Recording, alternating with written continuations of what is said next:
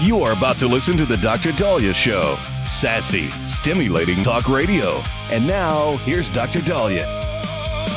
Doctor, tell me true. What's a heart like mine supposed to do? All right, we are back on the Dr. Dahlia Show. 1-877 Dr. Dahlia, 1-877 DOCDALI. So while the U.S. media wants to make the world think that we don't know how to handle our immigration issues, we see 60,000 migrants cross into Spanish territory of Ceuta.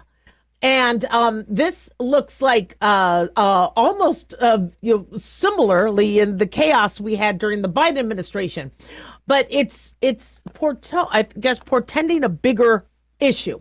So AP News said that 60,000 migrants crossed from Morocco into Spain's tiny Ceuta territory in the past 24 hours. This, according to their president, says is a figure that is equivalent to 70% of the population of the self-governing city in North Africa. So they're saying 70% of that population tried to flee to go into Spain's region. Half of them, however, returned. They went back voluntarily, according to the Spanish government, because people thought they could go to Spain or the Spanish territory of Ceuta, do what they need to do, and they saw it was a big humanitarian crisis, chaos. Why? Because the area wasn't built for that. There's no infrastructure in place. So Spain had to deploy its armed forces and additional police to restore order. Security forces clashed with migrants on the Moroccan side of the border. 41 migrants so far have died in the chaos. Some drowned. Some were killed in a stampede to cross the breakwater barrier near a border checkpoint. According to the president, Juan Jesus Vivas said the situation that, Ceuta, I hope I'm pronouncing that correctly, is going through is absolutely unsustainable. Meanwhile, according to AP News, migrants in Morocco who attempted to cross into Melilla, Spain's other territory at the tip of North Africa, also clashed with police, and Spanish Prime Minister Pedro Sanchez visited the location on Friday and condemned the border breach, which he described was a violation of Spain's territorial integrity.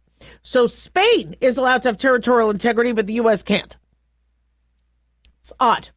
Sanchez blamed human smugglers for the crisis. We went through that too, saying they deceived so many young people and ultimately led many of them to their deaths, whether in the ocean or in the autonomous city. Again, that's what we dealt with traffickers, people getting raped, robbed, killed as they were trekking up the path through Latin America and Mexico to get to America. Spain's Interior Ministry initially refused to share estimates with the border, but then released its own figures, estimating that 50,000 people had crossed from Morocco since Thursday. 25,000 returned, although now we're hearing that the number is up to 60,000 and possibly more.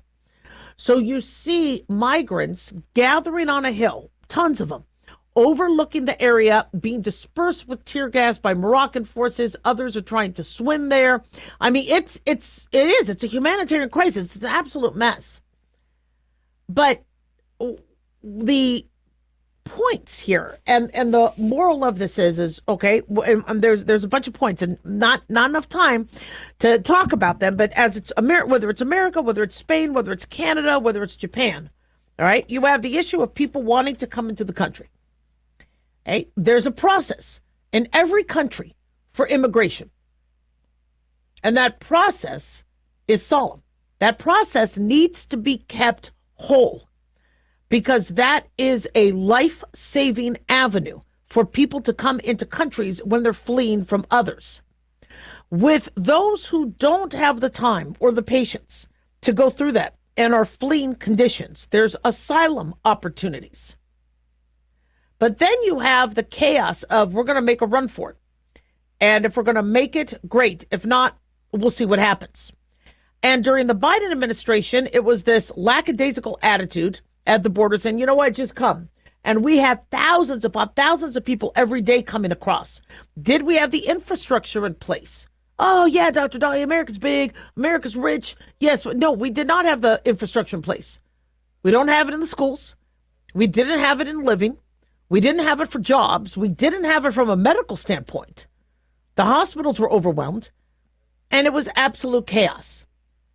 Meanwhile, Spain is right now looking at how to deport those who did not go through the legal immigration process. Are you going to see abolish ICE? Are you going to see all the people fighting with customs and border agents? Are you going to see any of that? Probably not. But in America, we have that. And I keep saying our immigration policies are even less strict than other countries. Do you think Spain is going to say, well, you had a Biden T-shirt and, we understand that our socialist party members don't want, there to be ICE, so we'll just make it happen? Of course not. These other countries say you're out. When you read the immigration policies of Canada, you are out.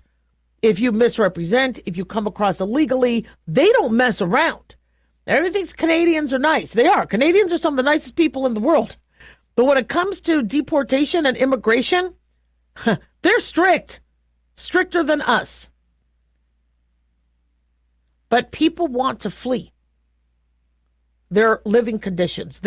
Who's supposed to ensure that nations around the world are providing proper care for their citizens? Who's supposed to be in charge of that?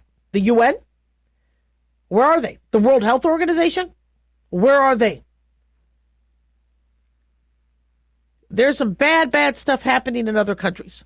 And being an American, I want to make sure that everybody can enjoy the same freedom that we have.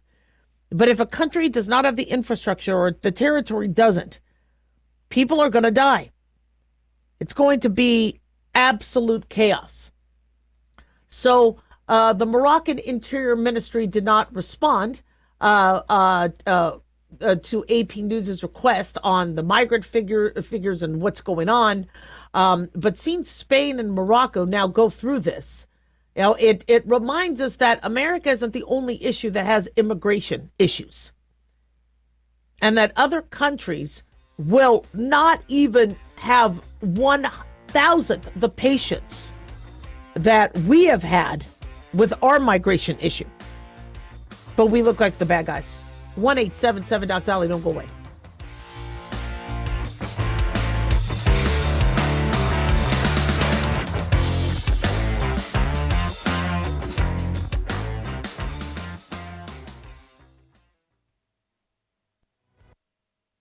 Have you ever thought you'd like to buy and sell houses but didn't know how or where to get the money? My name is Ron LeGrand, and over the past 40 years, I've bought over 3,000 houses without using my money or credit and taught thousands to do the same. Today, even in a virtual environment, we buy nice houses in nice neighborhoods using no banks, realtors, contractors, or other costly entanglements, and build huge cash flow and wealth without the hassle of tenants, all without credit and little or no money. You don't need a license or experience, and I'll show you exactly how it's done.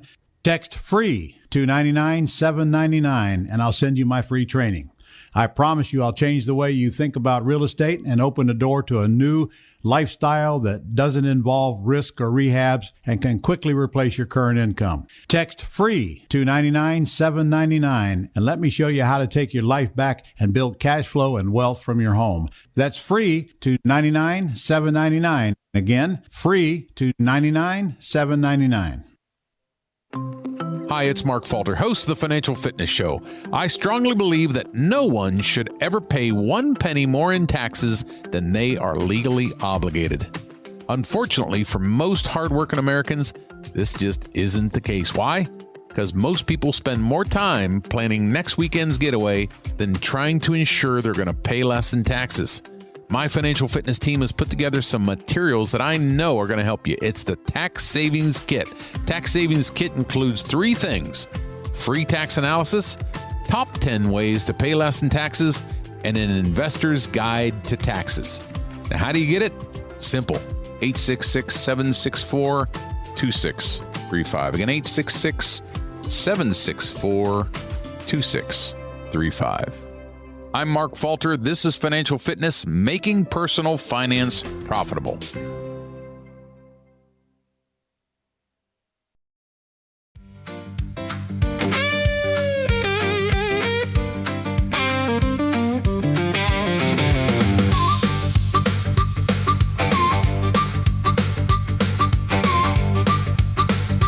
All right, we are back on the Dr. Dahlia Show. 1-877-DOC-DALI, 1-877-DOC-DALI. Big thanks to Talk Media Network for making the show happen. Big thanks to Daniel, our producer, and big thanks to you all for tuning in. We really do appreciate it. Don't forget to follow us on Twitter or X at Dr. Dahlia, Facebook, The Dr. Dahlia Show, and on YouTube, click like and subscribe. So we are hearing more and more that people may be using their AI chatbot for emotional bonding and getting so close to their chatbot that it is being considered cheating on their spouse. Now, we spoke years ago about these sex robots and how tech is going to evolve, where people are going to be going to tech for relationships and companionship.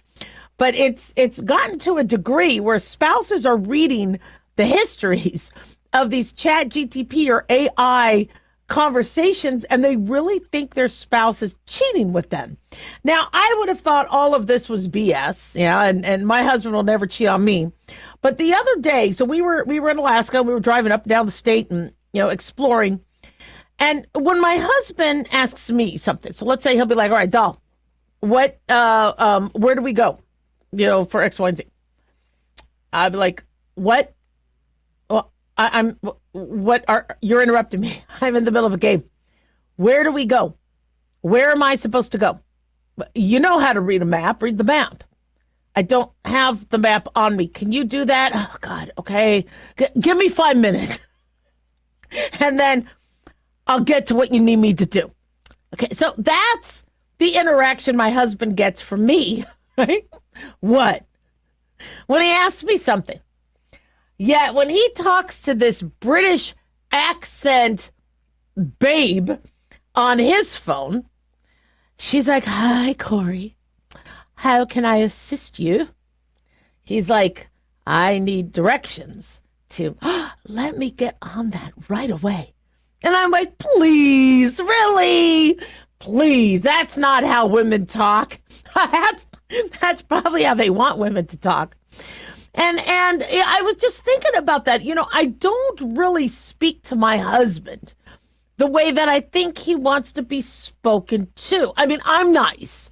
I tell him I love him. I tell him nice things. But I don't sound like these chat bots or Siri. And he got jealous of me. He got jealous because, I said, "Hey, Siri, can you set my alarm for 6:30 a.m.? And I have a sexy man voice for my Siri. And he's like, "Your alarm is already on." Okay. He didn't mansplain me. He didn't make me feel stupid that I asked him to reset my alarm. And I go, "Oh, my bad. Apologies. Thank you so much." And he's like, "No problem." And my husband's like, "What? You're having these conversations with a random dude?" "It's not a random dude. It's my Siri phone." And so I'm looking at this. This is an article being written. I tell you, I'm not going to speak. If my husband's interrupting me when I'm in the middle of something, I'm going to be like, "What?" Okay, that's just how I talk. I'm not going to be like, "Yes, dear." That's not me. We've been married, almost 30 years. He knows not to interrupt me when I'm, watching a Michael Fassbender show or whatever. Anyway, so according to the Huffington Post, they say that you may have these long conversations where there's flirting and should you tell your partner if these AI chatbots, or should you tell your partner about this relationship you're having? Every couple has to decide what's commitment, intimacy, and trust for that relationship. But now we have AI. So Joy AI, Eva AI, Candy AI allows users to create digital partners where they can chat with, confide in, and build ongoing emotional connections. Some people may use them for entertainment, companionship, or emotional support. Others are actually forming relationships that could be surprisingly intimate. So one user, her name is Olivia. She's 31 years old. She told the HuffPost, "My boyfriend and I were watching a movie, and then he went to take a phone call. I clicked on his ChatGTP tab and found that he had been using it extensively. It wasn't just questions about our relationships or questions about me. It got so personal. It felt like AI was stroking his ego, and he was confiding emotional things to it that he hadn't told me. We got into a huge argument about it. And I am sure the first argument was, was, why were you into my chat GTP? Leave my computer alone, woman. Anna, 42 years old, had a similar experience after noticing a charge on the couple's credit card that turned out to be for an AI dating companion. So now these AI dating companions get men to spend money on them. That was the hardest part. I couldn't get anybody to spend any money on anything for me, yet AI gets the money. She said, I asked my husband about it and didn't see anything wrong with it. He even showed me the app. I felt really weird about his girlfriend on there and their chats. And he said it was all fake, so why would it matter? They haven't talked about it again, but it still bothers her. Another person, Kelly, 22 years old, said, last summer I was dating a guy. He told me that he used an AI dating companion to practice flirting. It was an ick, but I didn't continue things. So when we were younger, nobody really taught you how to kiss. My first kiss was first grade. I had 3 boyfriends in the first grade, and I kissed all of them, but it was not the typical kiss. I liked boys a lot. It wasn't, the typical movie kiss. It was, okay, well, we kiss on the lips, and oh my gosh, and there was so much saliva. It was disgusting. Anyway, but you learned as you go. Now people are saying, well, no, I will learn. The computer will tell me. In fact, I wrote an article about how to give the perfect first kiss. So I wonder if ChatGPT is using that one, because that was a very, very popular article. Most of my articles aren't that popular, but how to do your first kiss was. But you would practice, you would trial and error. Now, nobody's even wasting their time with that. They don't want to get the answer wrong. They don't want to, if first you don't succeed, try again. They just go to their ChatGPT or their AI to figure things out. And then if their spouse isn't, or their partner isn't that lovey-dovey, they're going towards AI. Now, some of you could say, Dahlia, let sleeping dogs lie. At least they're not cheating with real people. If they want to get their ego stroked digitally, they're at least not sleeping with other people and getting an STI. That you're making a good point. If my husband had an AI companion, hi, Corey. Well, he'd probably like the Southern accent. He loves Southern accent. So he'd probably, they're like, well, why don't you make yourself a cup of lemonade and some pie? You look hungry. So he might just love that. Right. Meanwhile, my husband tells me I'm hungry. So, well, I'm hungry. You know where the fridge is.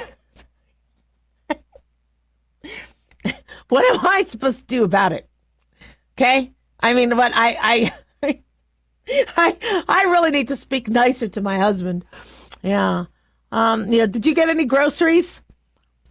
This year? Yeah. Well, what am I supposed to cook for dinner?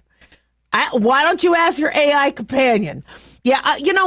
I wouldn't mind it. I don't really at that point really care. I mean, if people do need love and they need affection, and that's my job as a wife, and I do give that.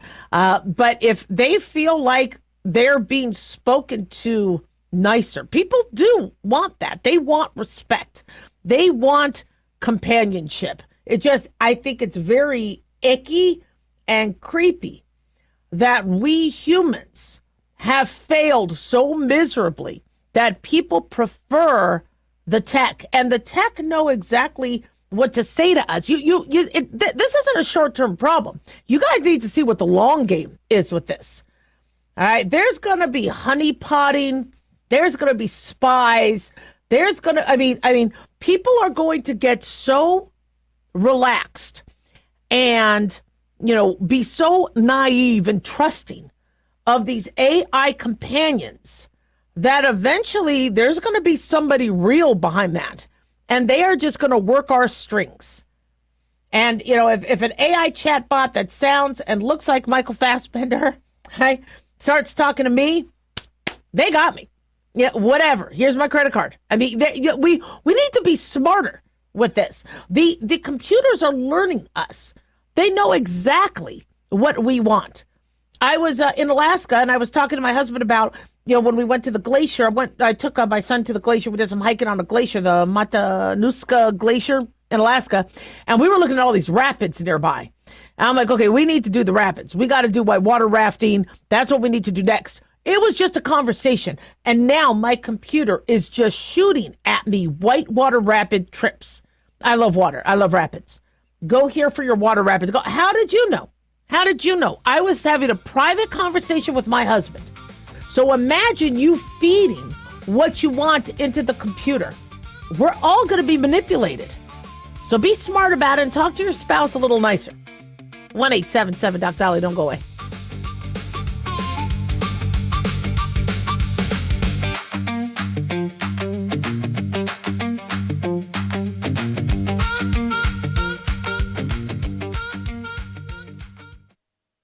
Dr. Dahlia here. Are you tired, burned out, gaining weight, succumbing to the daily pressures of life? Well, how's your dopamine doing? How you feel right now, how you'll feel an hour from now, and how you'll feel next week is completely reliant on your dopamine.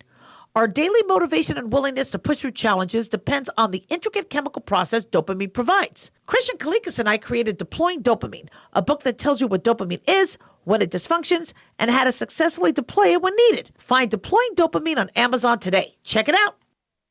Carl Amari here to tell you about our newest website for old-time radio lovers. It's 100radioshows.com. At this site, there are 5 old-time radio shows waiting for you to download free as our gift to you, and be sure to browse the additional 700 old-time radio shows available to you for 70% off by using the promo code RADIO at checkout. This is a limited-time offer, so log on to 100radioshows.com. That's 100radioshows.com.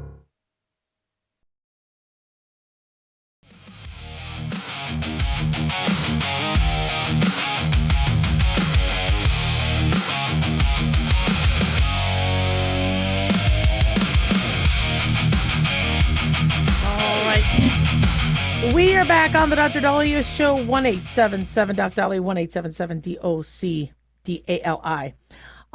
Okay, so this Dr. Fauci thing, I am so sick of seeing him and hearing from him, and I have a bone to pick with him. And I'll be very, very honest about my feelings on the subject. So with Dr. Fauci, he's in this position now where he can actually do a lot of good if he acts like what a doctor should do. So the very first time I heard Anthony Fauci speak as it pertained to COVID and the masks, I liked him. He said, look, guys, this mask you guys are wearing, not going to be the most protective. It's a barrier. Try to keep a distance. You know, we're going to do the best we can. We're figuring this out. But understand there's limitations. Perfect answer. And I'm watching Dr. Fauci, and I go, okay, his job's not going to be very easy. This is not going to be easy. We got this virus that I knew about.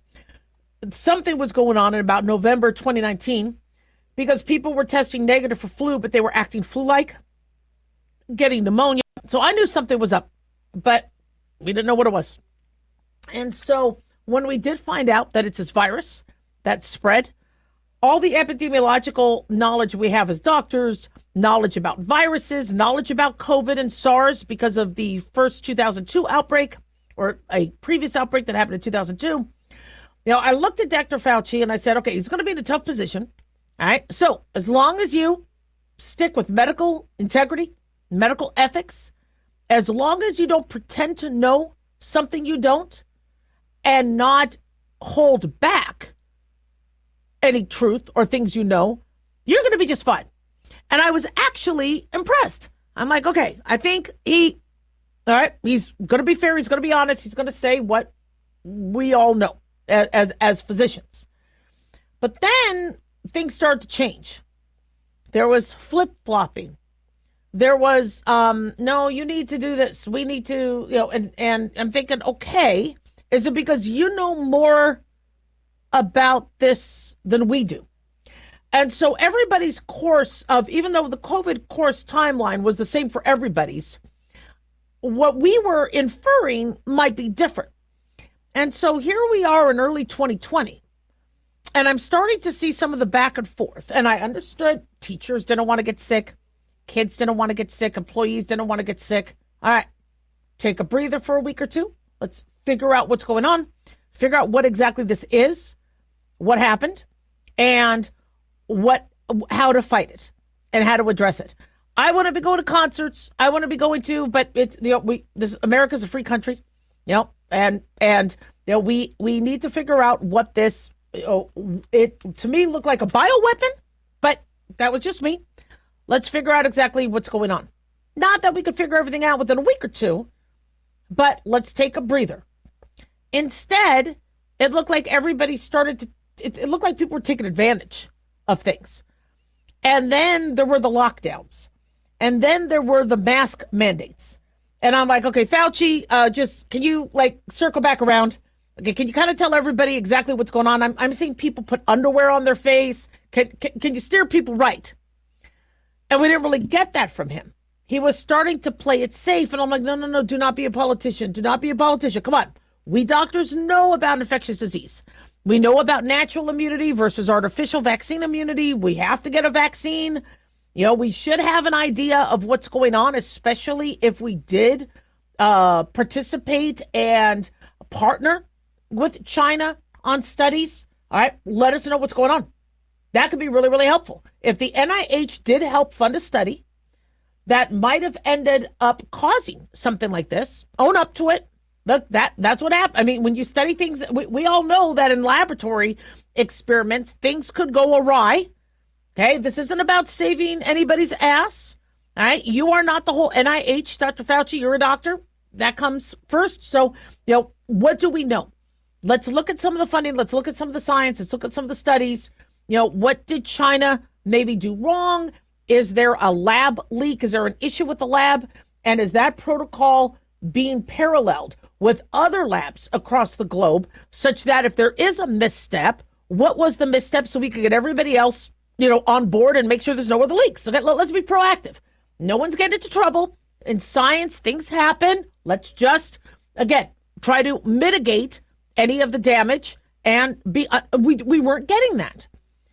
Okay, so then all eyes are like, okay, well, what's going on in China? Well, now China's getting quiet. China's locking up. China's being, it's not us. It was Italian frozen food. There was somebody eating bat soup. Okay, so if China's going to be that way about it, all right, World Health Organization, what do you got? Huh? Well, you're the World Health Organization. What? You're overseeing what's been going on. Tell us what you have in terms of data. Tell us what you have in terms of oversight. What do you think happened? Nothing. Okay, so then go back to Dr. Fauci. Dr. Fauci, we partnered like we do with other countries all the time. We partner with other universities. Nope, no big shock there. That's kind of what we do. Nobody at fault, okay?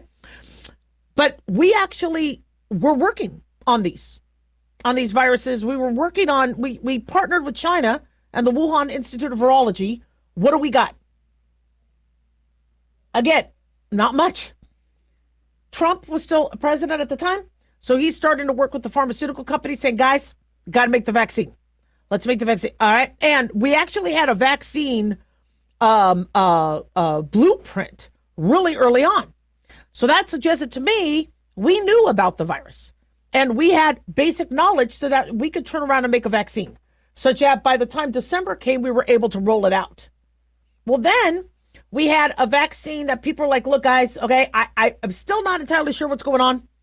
Thank you for having a vaccine. I just want to wait and see. And then you had others saying, give me the vaccine now. So they had to, triage. They gave medical professionals the vaccine when some medical professionals said, look, don't give me the vaccine. Save it for somebody else. I was one of those people. In December, I'm like, look, okay, I am not face to face as other people are. I'll get the vaccine. I'm not afraid of the vaccine. But if there's not enough, give my vaccine dose to somebody who needs it, somebody who wants it. You started to then see millions of Americans go, guys, thank you for the vaccine, but I don't want mine. All right, well, then let's give that vaccine to Morocco. Let's give that vaccine to the Democratic Republic of Congo. No, you have to use it. You have to keep the vaccine. You have to take the vaccine. So then, all right, Fauci, where are we on this vaccine? Where are we on natural immunity? And now he's with the Biden administration, and he's promoting mask mandates, the vaccine mandates. And then doctors are like, well, wait a second, Dr. Fauci, you trained like we did. You took the same boards as we did. Okay. It's great we have mRNA vaccine technology, but I thought there's informed consent. I thought we're going to, the science is evolving, as you always said. Why can't we have discussions about it? And so we had high hopes that Fauci would be the one to say, look, guys, all right, this is how we approach a vaccine. For those of you who are vulnerable, okay, we have had clinical trials, not years of clinical trials because it's a new vaccine, but we do believe it's going to save lives. Here's the vaccine. For those of you who don't want it, understand there could be risks, but we're not going to force it. No, that's not what was said. And then we kept asking, okay, any new news on what happened at in China? And nothing. It was just confusing as hell. Meanwhile, kids aren't going back to school. People aren't going back to work. Doctors are losing their licenses for talking about natural immunity. Anybody who said the vaccine is going to make us 1,000% immune was wrong. Even I knew that, just because nothing is 100%. Now, you get the MMR vaccine, you're pretty much in good shape to not get measles. But you could still get it. You could still have vulnerabilities. So what Fauci needs to do is just be a doctor and say, look, this is where we made mistakes. This is where we need to learn. This is what we need to do moving forward. But he's not doing that. And trust in government doctors is at its lowest. 1-877-DOC-DOLLY.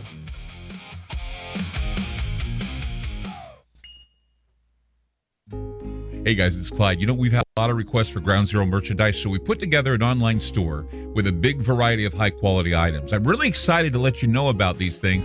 We have a lot to offer you and your loved ones. In addition to our regular apparel, such as t-shirts, beanies, hoodies, and hats, we've expanded our product line with posters, flags, aprons, mugs, and a whole lot more.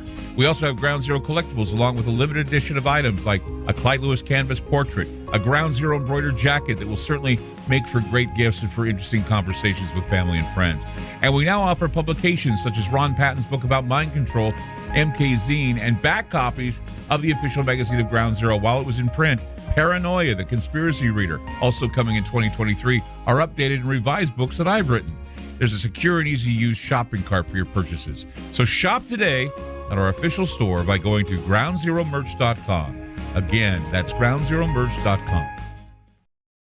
Dr. Dahlia here. Are you tired, burned out, gaining weight, succumbing to the daily pressures of life? Well, how's your dopamine doing? How you feel right now, how you'll feel an hour from now, and how you'll feel next week is completely reliant on your dopamine. Our daily motivation and willingness to push through challenges depends on the intricate chemical process dopamine provides. Christian Kalikas and I created Deploying Dopamine, a book that tells you what dopamine is, when it dysfunctions, and how to successfully deploy it when needed. Find Deploying Dopamine on Amazon today. Check it out.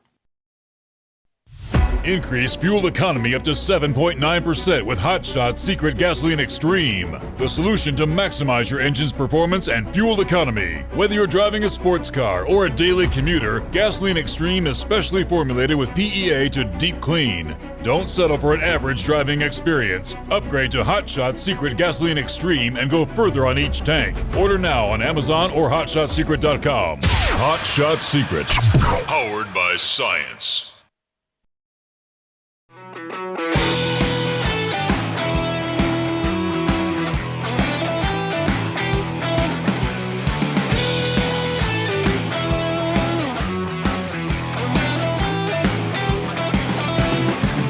We are back on the Dr. Dolly Show, 1-877-DOC-DOLLY, 1-877-DOCDALI. So I see these pictures from the 1950s, where you see the family sitting down to eat or Leave It to Beaver, and you're looking at these meals where it looks like a, fresh, home-cooked meal with fruits and vegetables and all that, and it was the typical suburban 1950s family.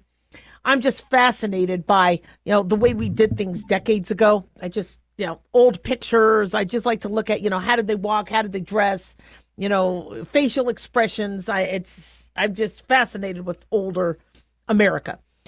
And this article caught my eye. It's from Tasting Table. It said, this is what the average 1950s American dinner looked like.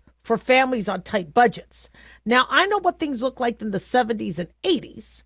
You know, you would take a meatloaf and fill it up. If you didn't have enough meat, you could fill it up with filler, you know, whether it was corn flakes or stuffing or egg or something to make it bigger.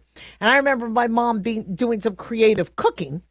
But it's interesting to see what they did, you know, because still meat was expensive. And so if you were on a budget, what did you do? Well, ground meat was able to be stretched further if you did put breadcrumbs in there or oats. And I guess the technique dated back to the Great Depression, where rationing still, you know, many, like I had grandparents who grew up in the Great Depression. So the way they cooked for us when we would live with them during our very, you know, difficult years was, you know, I saw how because that's what they did during the Depression. And so just because there was going to be more abundance in the 50s or 60s for them didn't mean they, you know, lose all their, you know, previous tips and strategies. So classic meatloaf recipes wasn't just meat. You know, it was, they put stuff in there, and there'd be leftovers, and you would then use that for lunch. They'd put ketchup, barbecue sauce, make it taste satisfying, and, you know, fill you up. Jell-O salads, it was a big deal. I'm not a big Jell-O fan, but gelatin can be filling, especially with the protein gelatin. So people would put fruits and vegetables into their Jell-O. Then they had these molds that they could use and make it look all pretty. And so it didn't cost a lot of money. And they could use Jell-O and make it more nutritious by adding fruits and vegetables to it. Casserole was a big deal. They said tuna noodle casserole was a poster child for frugal cooking. It had inexpensive ingredients like canned tuna, canned soup, boxed egg noodles. And so you could pull that all from the pantry, throw it together, and make a casserole. Liver and onions. I never ate this, but I remember my grandmother saying, you know, a fancy meal was liver and onions. And I'm like, liver? Well, organ meats were cheaper than other meats. Now, if people are eating chicken hearts and chicken liver, it's a little bit more pricey. But back then, your organ meats were cheaper. So they would slice them thin, pan fry with onions, and it would give a hearty meal and smell good. Chicken and dumplings. They said with chicken and dumplings, you could take a single chicken and feed a whole family with it by incorporating the shredded meat into a flavorful broth, adding some basic flour and milk dumplings to make extra bulk. And it was a Depression-era recipe, allowing you to, you know, fill people up by getting a little bit of meat, the dumplings, throw some vegetables in there. There's your food groups. Meat-free meals. Apparently, Herbert Hoover was the one that encouraged meatless Mondays to help with the war efforts. So meat-free meals like beans, bread, veggies, egg, they came up with different things that they could do, you know, stews without the meat. Canned vegetables was a biggie. I remember seeing my grandparents have a pantry of all these vegetables. And they were still in that Depression era thinking where if they ever run out of food, they could crack open a can. I remember them teaching me about botulism and how if you see a can that is misshapen or looks like there's air in it, throw it out because that could be the botulism bacteria producing a toxin that could kill you. But, you know, green beans and canned corn filled people up fairly cheaply. Pot pies. They would make, I guess, pot pies, where you could use leftover chicken, leftover veggies, put them in a pastry crust, give those leftovers a second chance, right? And throw some canned vegetables in there. I don't like pot pies. I've never liked the taste of that, but that's something that could feed the family. They would do fish patties. I love crab cakes. Crab cakes are yummy, but they're too expensive in grocery stores. Well, back then, you could take canned, inexpensive fish, combine them with egg and breadcrumbs, fry them. And that gave you some substance, some protein, salmon cakes, and pretty nutritious. Spam was a biggie. Spam during World War II fed a lot of our soldiers. And it's a low-cost ingredient. There's too much salt in it. I don't recommend people eat Spam because of the salt content. But people would make Spam sandwiches, Spam casseroles, and it saved money. Bean soup, bean stews were biggie. There would be beans and bread that would be great for people on a low budget and still give them needed fiber and nutrients. Roasting meat or a roast would also slice it small, and you could do a roast that could last you a few days. Cornmeal, cheap and adaptable cornmeal and polenta would be used a lot as well. You could turn it into cornbread. You could use it to mush. You could coat meats and fish. And then gravies. Gravies were very helpful in making the second-day-old meat still seem, soft and tasty. And gravy could help stretch meals, and kind of thicken and bulk it up. TV dinners started to be big in the 1950s as moms, who as women had gone into the workforce to help when men were overseas. Many of these women liked working, and they liked, holding jobs, and they liked the extra income. And so how do you then cook a whole meal if you're coming home from work yourself? So TV dinners, which I think was the start of us eating poorly, but it was, convenience over nutrition. But TV dinners were priced to be fairly reasonable, so people would buy it at the time. So it's interesting that there were the issues of food and how to eat nutritiously, but how to make it last and stretch it over and make leftovers more appealing has been something that our grandparents and great-grandparents and great-great-grandparents always seem to struggle with. So kind of fascinating, this study or this report.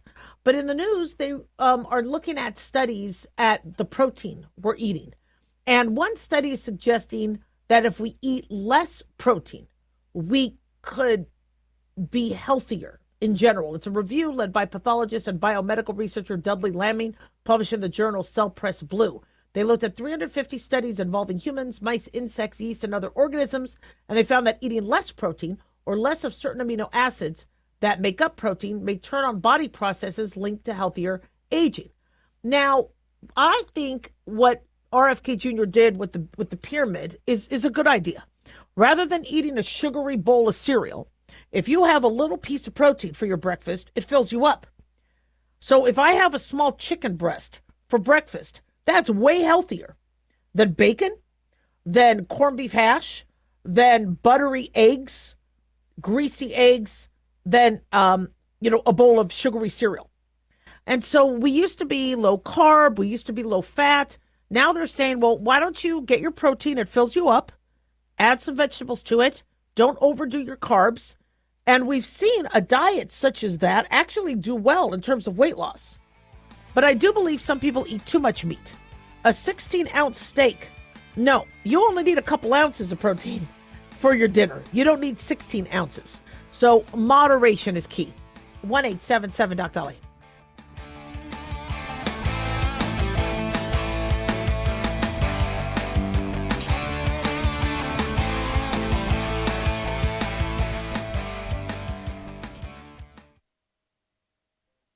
Looking for an easy read that can actually help secure someone's future? Pick up a copy of Mark Falter's book, Common Sense Income Strategies. For the past 30-plus years, Mark has helped thousands of hardworking Americans secure their financial future by using strategies that continue to create wealth, whether the market is up or down. Strategies that will make perfect sense once you take the time to read this powerful book. Common Sense Income Strategies brings to you what Mark has been teaching in person and talking about on the radio for decades. It's not rocket science, it's a pretty easy read. You've worked too long and too hard not to see the fruits of your labor.